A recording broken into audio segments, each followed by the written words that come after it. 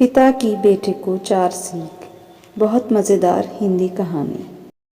इस कहानी में आप पढ़ेंगे कि जब एक पिता अपने बेटे को अपना जीवन संभालने के लिए 4 बातें सिखाता है तो बेटा उन 4 बातों का अर्थ क्या निकालता है। क्योंकि बात सुनने में आसान थी किंतु उनके अर्थ निकालना हर किसी के बस की बात नहीं थी। और जब बेटे को कहानी के अंत में चारों बातों के सही अर्थ पता लगते हैं तो उसे एहसास होता है कि जिन बातों को वह अपने जीवन में आजमा रहा था उनके अर्थ कितने गहरे हैं। एक बार की बात है, एक गांव में एक साहूकार रहता था। वह अपने व्यापार के क्षेत्र में काफ़ी उन्नति कर चुका था, जिसकी बदौलत उसके पास धन संपत्ति किसी भी चीज़ की कोई कमी नहीं थी। लेकिन एक बात उसे खाए जा रही थी कि मेरे मरने के बाद मेरा बेटा अपना जीवन कैसे संभालेगा, क्योंकि उसका बेटा दिमाग से बिल्कुल नासमझ था। उसे बाहरी दुनिया की बिल्कुल भी समझ नहीं थी। कुछ दिन बाद साहूकार का स्वास्थ्य खराब रहने लगा।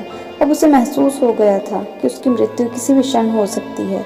तब उसने अपने नासमझ बेटे को बुलाया और उसे अपना जीवन संभालने के लिए बातें सिखाई। पहली सीख, बेटा जब भी काम पर जाए तो छाँव में जाना और छाँव में ही घर वापस आना। दूसरी सीख, घर के चारों तरफ चमड़े की बाड़ यानी चमड़े की बाउंड्री करवा देना। तीसरी सीख, हमेशा मीठा भोजन करना। चौथी सीख, पत्नी को हमेशा बांध कर पीटना। बेटे को 4 बातें सिखाते ही साहूकार जी तो स्वर्ग सिधार गए। अब बेटे ने अपने पिता की 4 बातें अपने जहन में बिठाईं और एक नई जिंदगी की शुरुआत करने लगा। जब उसका काम धंधे पर जाने का समय आया तो उसे अपने पिता की बात याद आई कि पिता ने कहा था कभी भी काम पर जाए तो छाँव में यानी छाया में जाना और छाँव में ही वापस आना। चूँकि पैसों की कमी थी नहीं, इसीलिए उसने ये बात याद करके अपने घर से ऑफिस तक एक बहुत बड़ा टेंट लगवा दिया ताकि धूप से बच सके। पिता की ही बात याद करके अपने घर के चारों तरफ भैंस के चमड़े की बाउंड्री बनवा दी, जिसकी बदबू से आज पड़ोसी दुखी होने लगे। लेकिन पिता की बात तो माननी होगी। प्रतिदिन अपने घर वालों से भोजन में केवल मीठी चीज़ बनवाता, जैसे हलवा, खीर आदि। एक दिन उसकी पत्नी ने अनजाने में कोई गलती कर दी तो पत्नी पर उसका गुस्सा इतना भड़का कि वह उसे मारने पर उतारू हो गया। लेकिन उसे फिर अपने पिता की बात याद आई कि पत्नी को हमेशा बांध कर पीटना। ये बात याद करके उसने अपनी पत्नी को रस्सी से बांध दिया और जैसे ही उसे पीटने के लिए लाठी उठाई, पत्नी ने गुस्से में कहा, रुक जा नासमझ, अब मैं बताती हूँ तुम्हारे पिता की 4 बातों के सही अर्थ क्या हैं।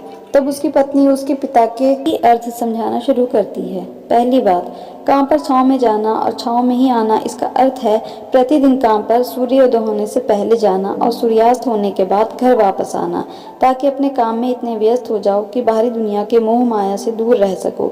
लेकिन तुमने तो घर से ऑफिस तक टेंट लगवा दिया ताकि तुम धूप से बच सको। क्या ये उद्देश्य था तुम्हारे पिताजी का? दूसरी बात, घर के चारों तरफ चमड़े की बाड़ करवाना। इसका मतलब है अपने घर की सुरक्षा के लिए कुत्ता या बिल्ली पालना ताकि चोरों से सुरक्षित रहा जा सके। लेकिन तुमने तो घर के चारों तरफ भैंस की चमड़ी लगवा दी, जो कि अर्थहीन है। तीसरी बात, हमेशा मीठा भोजन करना। इसका अर्थ है हमेशा भूख तेज लगने पर ही भोजन करना। इससे एक सूखी रोटी भी मीठे भोजन समान संतुष्टि देगी। जब किसी को बहुत तेज भूख लगती है तो वो ये कहकर भोजन का अपमान नहीं करता कि तुमने क्या बना दिया, भला ये भी कोई खाता है, ये तुच्छ लोगों के काम होते हैं। और तुम प्रतिदिन मुझसे मीठा भोजन बनवाते हो जो मनुष्य को गंभीर बीमारियों की ओर ले जाता है। चौथी बात, पत्नी को हमेशा बांधकर पीटना। इसका अर्थ जानते हो? इसका मतलब है कि पत्नी को केवल तब पीटना जब उसके कोई औलाद हो जाए, क्योंकि औलाद होने से एक स्त्री रिश्तों में बंध जाती है। जब तक किसी स्त्री के औलाद नहीं है तब तक वह स्वतंत्र है। अगर उसकी आज़ादी छीनने की कोशिश करोगे तो वह अपने स्वतंत्र मन से कहीं भी उड़ सकती है।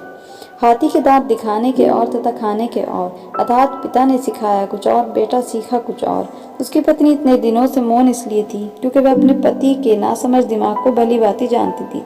इसलिए उसने अपने पति को उसके हाल पर छोड़ दिया, करने तो जो करता है। लेकिन नौबत जब सच में उसके ऊपर आ गई तो वह भड़क उठी और उसे अपनी चुप्पी तोड़नी पड़ी। कहानी कैसी लगी कमेंट बॉक्स में बताइएगा ज़रूर और हमें अपना सपोर्ट देते रहिएगा। हमें आपके कमेंट का, आपके लाइक का बहुत इंतज़ार रहता है। साथ ही हमारे चैनल को सब्सक्राइब भी कर लें और इस वीडियो को शेयर ज़रूर करें। ऐसी अच्छी अच्छी कहानियों के साथ आगे में आपसे मिलेंगे। Thanks for watching.